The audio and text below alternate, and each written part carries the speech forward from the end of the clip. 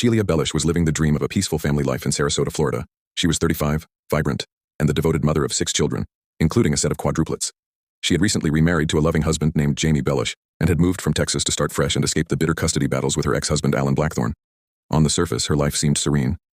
But behind the scenes, her ex-husband was seething with rage and resentment, and Shelia had begun to fear that moving states wasn't enough to keep her safe. On November 7, 1997, Shelia's 13-year-old daughter from her first marriage came home from school to a sight that would haunt her for life. She found her mother dead on the floor of their laundry room, shot in the face and slashed across the throat.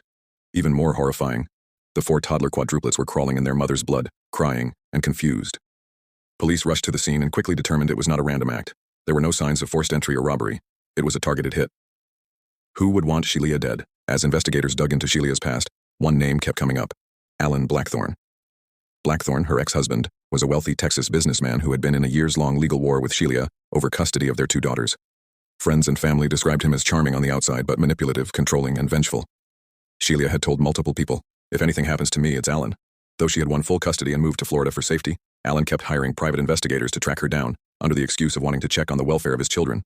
What police would uncover next, however, was a plot so cold-blooded, it shocked even seasoned detectives. Through forensic phone records, financial trails, and interviews, investigators traced the crime to a man named Daniel Rocha, a known criminal in Texas.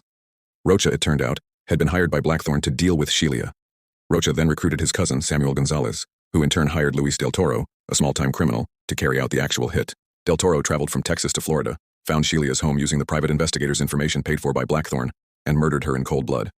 The weapon was traced, Del Toro's fingerprints matched, and his phone pinged near the home. Eventually, he confessed and implicated the entire chain back to Alan Blackthorne. In 1998, the FBI arrested Alan Blackthorne at his luxurious home in Texas. Despite his wealth and influence, the case against him was airtight. He had orchestrated the entire murder through layers of middlemen, thinking he'd stay protected. His motive? Revenge and control.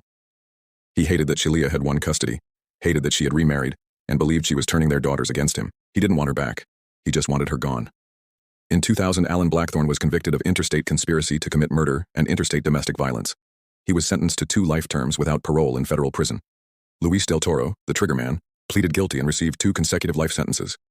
Daniel Rocha was sentenced to life in prison. Samuel Gonzalez received 19 years for his role. Each played their part, but it was Blackthorne who pulled the strings.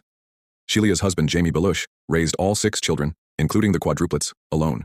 He turned their tragedy into a quiet strength, determined to preserve Shelia's memory with dignity. The case brought national attention to the dangers of domestic violence, obsession, and power abuse, especially when wealth is involved. It also exposed how emotional abuse can escalate into deadly violence, even years after a separation. Shelia Bellush's legacy lives on as a symbol of a woman who tried everything to protect her family and paid the ultimate price.